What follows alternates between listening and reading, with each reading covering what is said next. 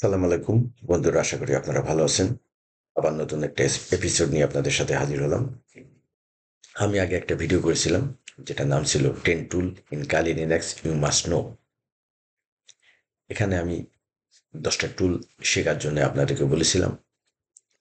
ওই লিস্টের 10 নম্বর টুলের নাম ছিল সোশ্যাল ইঞ্জিনিয়ারিং টুল। আমি আজ এই সোশ্যাল ইঞ্জিনিয়ারিং বা SE টুলটা নিয়ে আলোচনা করব। 10টা টুলই আপনাদেরকে শেখানোর চেষ্টা করব। তো আমার ভিডিওতে দুটো করে পার্ট থাকবে, একটা হচ্ছে থিওরি পার্ট, একটা হচ্ছে প্র্যাকটিক্যাল পার্ট।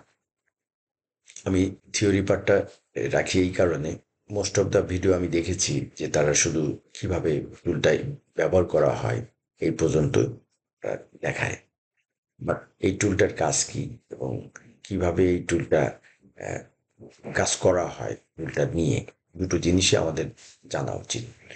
টুলটা সম্বন্ধে যদি ভালো একটা জ্ঞান নেওয়া যায়, তাহলে আমি যেটুক শিখাবো তার থেকে বেশি কিছু আপনারা করতে পারবেন। কারণ কি, এই সিকিউরিটির জিনিসটা হচ্ছে আমি যা শেখাবো সেটুক শেখা না, এর অনেক কিছু আপনাকে ফাইন্ড আউট করা, আপনাকে নিজেও অনেক কিছু ফাইন্ড আউট করতে হবে। তার জন্য যদি আপনার বেসিকটা যদি আপনার জানা থাকে, তাহলে আপনি অনেক কিছু করতে পারবেন নিজে নিজেই। শুধু আমি যেটুকু শেখাবো সেটুকু না, তার থেকেও বাইরে অনেক কিছু করতে পারবেন।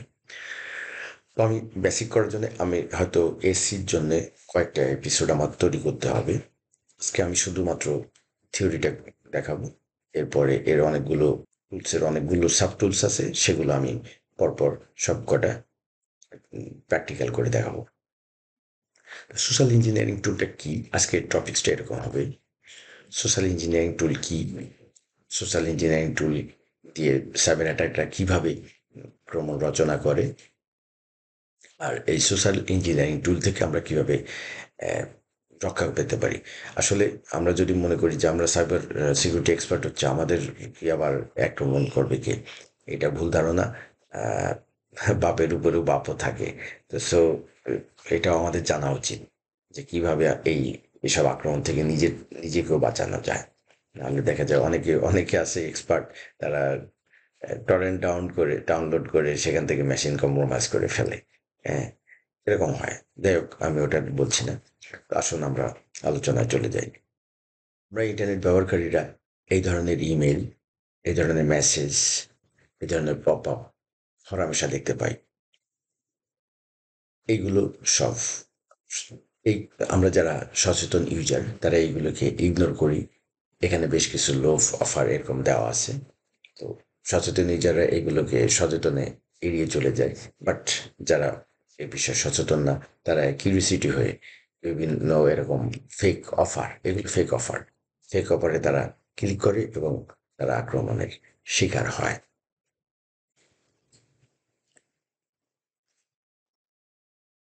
সোশ্যাল ইঞ্জিনিয়ারিংটা আসলে কি? সোশ্যাল ইঞ্জিনিয়ারিংটা হচ্ছে মানুষের স্বাভাবিক যে একটা প্রবণতা আছে, যেমন লোভ, তারপরে কিউরিসিটি ইত্যাদি যে জিনিসগুলো আছে, প্রবণতাগুলোকে কাজে লাগিয়ে মানুষের মনস্তাত্ত্বিক নিয়ন্ত্রণ করে তাকে ভুল পথে চালিত করা হয়, তার গোপন তথ্য হাতিয়ে নেওয়া হয়। মানুষকে এমন সব অফার করা হয় যা বাস্তবের তুলনায় অত্যন্ত লোভনীয়। যেমন আগের এটা দেখাইছি যে 2,000 ডলার ছাড় দিচ্ছে, ফ্রি আইফোন দিচ্ছে ইত্যাদি ইত্যাদি। এগুলো খুবই লোভনীয় অফার এবং অবিশ্বাস্যজনক বটে, কারণ ফ্রি আইফোন কেউ দেয় না।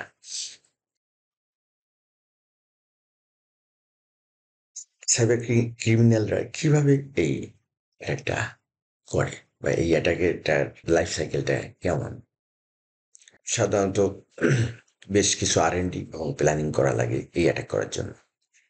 প্রথমত, যাদের উপর অ্যাটাক করা হবে তাদের সম্বন্ধে এটা সক করা হয়, কিভাবে অ্যাটাকটা করবে, কি কি অফার দেওয়া হবে, কেন কবে হবে, কি মানে ইত্যাদি ইত্যাদি।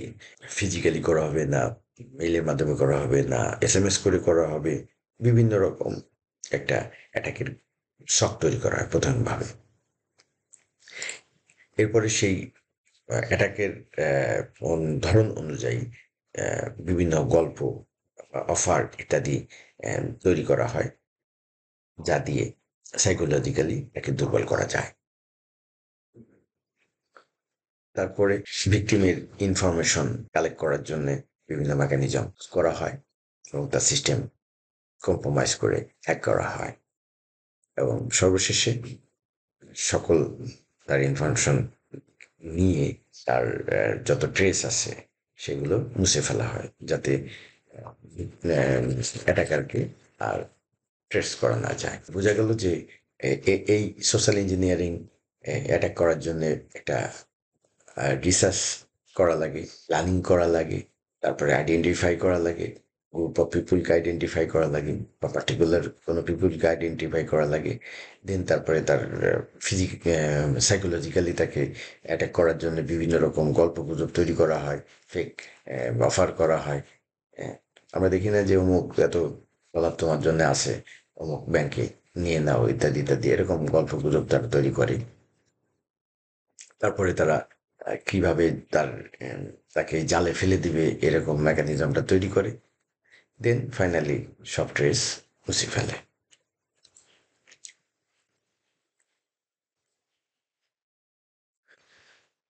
Type of social engineering attack. কত প্রকার সোশ্যাল ইঞ্জিনিয়ারিং অ্যাটাক আছে। যেখানে মানুষের ইনভলভমেন্ট থাকে সেখানে সোশ্যাল ইঞ্জিনিয়ারিং অ্যাটাক করা যায়। মোটামুটি 5 ধরনের সোশ্যাল ইঞ্জিনিয়ারিং অ্যাটাক আছে: fishing, spare fishing, betting, স্কেয়ারওয়্যার, retesting. নাম শুনে বেশ কয়েকটা আমরা বুঝতে পারি। ফিশিং, ফিশিং মানে তাকে লোভ দেখা অন্য জায়গায় নিয়ে যাওয়া। স্পেয়ার ফিশিং, ফিশিং একটু আপডেট অংশ। Betting, স্কেয়ারওয়্যার, retesting. তো আমি এগুলোর মোটামুটি একটা ইন্ট্রোডাকশন আমি আপনাকে পরবর্তী স্লাইডে দিচ্ছি। ফিশিং, ফিশিংটা খুব কমন একটা সোশ্যাল ইঞ্জিনিয়ার অ্যাটাক। আর্জেন্সি, কৌতূহল ও ভয়, এই 3 রকম ব্যাপার স্যাপার দেখিয়ে ভিক্টিমের কাছ থেকে গুরুত্বপূর্ণ তথ্য সংগ্রহ করা হয়। খুব আর্জেন্স, তোমার এটা করতে হবে, না করলে নয়, এরকম মেইল পাঠানো। তারপরে ভয় দেখানো যে তোমার সিস্টেম তো হ্যাক হয়ে গেছে, সো এটা তোমাকে করতে হবে, এরকম ভয় দেখিয়ে মেসেজ পাঠানো হয়। ইমেল, মেসেজিং, পপ আপ, এই টাইপের মাধ্যমে তাকে এইগুলো ইনসিস্ট করা হয়। যেমন এখানে একটা মেইল পাঠানো আছে, এখানে একটা মেসেজ আছে, এখানে তাকে সিকিউরিটি অ্যালার্ট দেওয়া হয়েছে লাল কালার করে, এবং সেখানে দেখেন টেকনিক্যাল সাপোর্ট টাপোর্ট ইত্যাদি ইত্যাদি, এসব ভুয়া সব কিছু করে দেওয়া আছে। কোনোটাই কিন্তু ঠিক না, এবং এগুলো ক্লিক করলে মেশিন কম্প্রোমাইজ হয়ে যাবে। টিপিক্যাল এক্সাম্পল এখানে আমি বলেছি যে এটা আমরা প্রায় এরকম হরহামেশা দেখতে পারি যে কোনো একটা ব্যাংকের একটা ইমেল আসছে, সেখানে বলা হয়েছে যে সফটওয়্যার আপডেট বা সিকিউরিটি আপডেট করার জন্য তার পাসওয়ার্ড চেঞ্জ করার দরকার। এরকম একটা মেইল আসলো, পাসওয়ার্ড চেঞ্জ করা দরকার। ব্যাংক অফ আমেরিকা, এখানে একটা মেইল আমি এখানে দেখিয়েছি। এই মেইলটা পুরোটাই ভুয়া। এখানে বলছে সিকিউরিটি পারপাজে তার অ্যাকাউন্টের ভেরিফিকেশন প্রসেস করা দরকার। তো যখনই এখানে ক্লিক করা হয় তখন তাকে একটা ওয়েবসাইটে নিয়ে যায়, ফেক ওয়েবসাইট, যেটা ব্যাংকের না, বাট দেখতে একেবারে হুবহু ব্যাংকের মতো।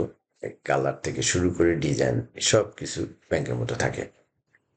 উপরে যে ইউআরএলটা থাকে সেটাও এমনভাবে করা হয় যে ব্যাংক অফ আমেরিকা, ওখানে লেখা ব্যাংক অফ আমেরিকা, এরকম একটা হয়তো থাকতে পারে।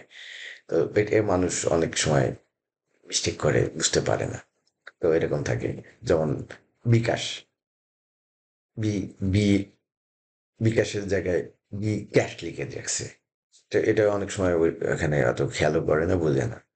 তো এরকম গেল সেখানে, যে যখন ইউজার নেম অ্যান্ড পাসওয়ার্ড দিবে, তখন সে এই ইউজার নেম অ্যান্ড পাসওয়ার্ডটা বা তার ব্যাংকের পুরো ইনফরমেশনটা কুকি হিসাবে লগ ইন সেশনটা তার কাছে চলে যেতে পারে, এবং সে ব্যাংক থেকে ট্রানজাকশন করতে পারে বা কোনো ক্ষতি করে ফেলতে পারে। এটা শুধু ব্যাংকে দিলাম, এটা শুধু ব্যাংকে না, এরকম বিভিন্ন ক্ষেত্রে তার এরকম ধরনের অ্যাটাক হতে পারে। এটা এক্সাম্পল হিসেবে আমি এখানে দিয়েছি। এটা হচ্ছে টিপিক্যাল একটা ফিশিং অ্যাটাকের ধরন। 2 নম্বরে আসছে স্পেয়ার ফিশিং। এর স্পেয়ার ফিশিংটাও এই one kind of phishing, but এর টার্গেট থাকে স্পেসিফাইড। ও এটা উদাহরণ না দিলে বুঝবেন না আপনারা। উদাহরণ দেই, সেই আমি একটা অফিসে চাকরি করি, যে অফিসের মার্কেটিং ডিপার্টমেন্ট আমি দেখি। তো মার্কেটিংয়ের সেলস স্ট্র্যাটেজি বা মার্কেটিং স্ট্র্যাটেজি আমি ডিজাইন করি। তো যে অ্যাটাকার, এই মার্কেটিং কোম্পানিটা বেশ বড় কোম্পানি, সে ধরেন এনিলিভার, তিনি লিভারে আমি মার্কেটিং হেড, আমার কাছে এখানে অনেক ইনফরমেশন আমার কাছে থাকবে, আমার কম্পিউটার, এটাই স্বাভাবিক। তখন মালিকুর যে আছে সে জানে যে আমি এই ডিপার্টমেন্টের হেড। সে যদি অ্যাকাউন্ট মানে অ্যাটাকটা করতে চায়, তাহলে সে আমার সম্বন্ধে আগে রিড করবে, আমি কি পছন্দ করি, আমি কি জানতে চাই, ইত্যাদি ইত্যাদি বিভিন্ন রকম আমার করতে চাইবে, মানে ইনফরমেশন কালেক্ট করবে। তো সে জানলো আমি অন্য যারা আমার প্রতিযোগী তাদের উপরে আমি টপে যেতে চাই, তখন সে আমাকে বিভিন্ন অফার বা বিভিন্ন রকম প্রসেস আমাকে রাখতে থাকবে, যে অমুক কোম্পানির মার্কেটিং স্ট্র্যাটেজি এর ভিতরে আছে, অমুক লিঙ্কে অমুকের মার্কেটিং স্ট্র্যাটেজি আছে, ইত্যাদি ইত্যাদি আমাকে দিয়ে বিভ্রান্ত করতে চাইবে। তো আমি যদি কখনো ওই সব লিঙ্কে ক্লিক করি, তাহলে কিন্তু আমি মেশিনের ভিতরে দেখা গেল একটা র্যাট এসে ইনস্টল হয়ে গেল, মেলওয়্যার একটা ইনস্টল হয়ে গেল, এবং আমার মেশিনটা কম্প্রোমাইজ হয়ে গেল। তো কখন কম্প্রোমাইজ হয়ে গেলে আমি বুঝতে পারবো না, এবং আমার ইনফরমেশন তারা দূরে বসে আমার ইনফরমেশনগুলো চুরি করে নিতে পারবে। খুবই ইজি মেথড স্পেয়ার ফিশিংটা। এই এরকম একটা পার্টিকুলার টার্গেট করে ফিশিং অ্যাটাকটা চালানো হয়, যেটা আগেরটা ছিল কমন কমন ভাবে সবার কাছ থেকে র্যান্ডমলি আক্রমণ করা হয়। আর এটা পার্টিকুলার একটা স্পেসিফিক পার্সনের কাছে মনে হয়, যেটা থেকে তার ইনফরমেশন চুরি করা হবে। আচ্ছা, 3 নাম্বার, বেটিং। এই এইখানে আকর্ষণীয় ভুয়া অফার ভিকটিমের কাছে পাঠানো হয়, এবং তার লোভ ও কৌতূহল কাজে লাগানো হয়। অনেকে লোভী আছে, লোভে পড়ে কিন্তু এগুলো করে, যেমন ফ্রি আইফোন দেওয়া হচ্ছে, এটা একটা লোভী একটা অফার। তো এই অফারটা পাঠালে সেখানে লিঙ্কে সে ক্লিক করবে, কারণ বিনামূল্যে কোনো সফটওয়্যার দেওয়া হচ্ছে, ইত্যাদি ইত্যাদি। তো এরকম লোভ এবং দিয়ে, যেমন এখানে আছে $1000 অ্যামাজন গিফট কার্ড, খুবই লোভনীয়। $1000 আমি ফ্রি পাচ্ছি অ্যামাজন দিয়ে কেনাকাটা করার জন্য, খুবই লোভনীয়। তো এখানে ক্লিক করবে, ক্লিক করলে তার কম্পিউটারে দেখা গেল মেলওয়্যার ইনস্টল হয়ে গেল, অথবা তাকে এমন কোনো ম্যালিসিয়াস সাইডে নিয়ে যাওয়া হলো যে তার কম্পিউটারটা কম্প্রোমাইজ হয়ে যেতে পারে। 4 নাম্বার আসছে হচ্ছে স্কেয়ারওয়্যার। নাম শুনে আমরা বুঝতে পারতেছি এটা ভয় ভয় তাড়ানোর একটা সফটওয়্যার। এই এক প্রকার ক্ষতিকারক সফটওয়্যার, যা ইউজারকে কোনো উপকার তো করেই না, ভয়ভীতি দেখিয়ে তাকে চাপ সৃষ্টি করে এই সফটওয়্যার ইনস্টল করার জন্য মেসেজ দেওয়া হয়।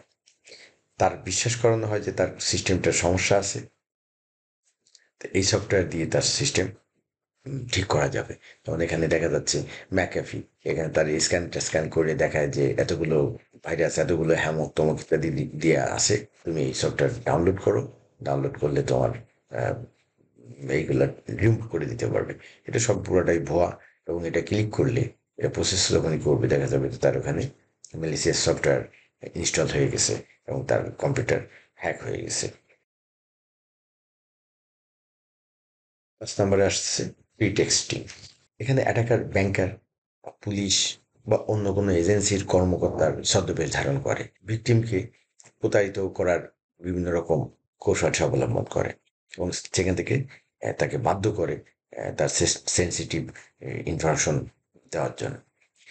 হ্যাকারে বিশ্বাস অর্জন করার জন্য সে তার নাম, তার অ্যাকাউন্ট নাম্বার ইত্যাদি তাকে প্রদান করে, এবং তারপরে তাকে বলে তার ওটিপি বা তার বার্থ ডেট বা ইত্যাদি, মোবাইল রিচার্জিং টাকা টুকা ইত্যাদি ফেরত দেওয়ার জন্য তাকে প্রেশার করা হয়।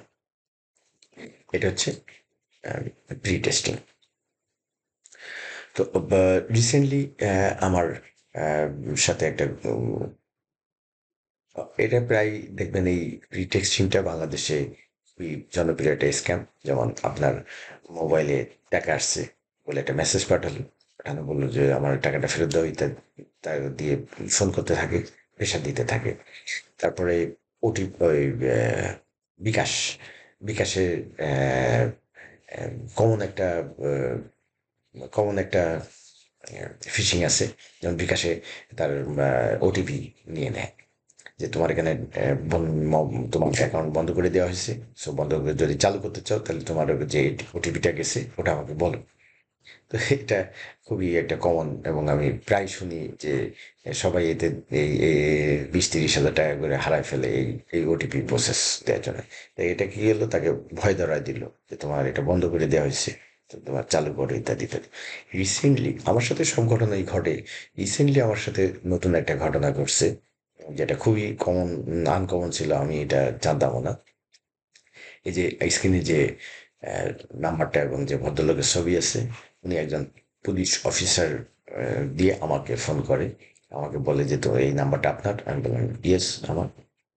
সে বললো এই নাম্বার একটা গ্রুপ খোলা হয়েছে এবং এই নাম্বারটাই তার অ্যাডমিন, সেখান থেকে বাংলাদেশ পুলিশের নামে আহ, আজে বাজে ইনফরমেশন ছড়ানো হচ্ছে। কিন্তু এটা এই রিসেন্টলি, জাস্ট বর্তমানের কথা বলছি, বেশি দিন আগের না। তো আমি বললাম যে না, এটা ইম্পসিবল, আমি এই ধরনের কাজ আমি করি না। প্রথমে আমি তাকে বিশ্বাস করছি, বাট আমি হয়তো মনে করছি যে হতে পারে ইনফরমেশন। তো সে আমাকে বলছে যে না হতে পারে, আপনি জানেন না, বাট আপনার ফোনটা ক্লোন করে অন্য কেউ করছে। তো আমি তার যুক্তি মেনে নিলাম, হ্যাঁ হতে পারে, হতে পারে।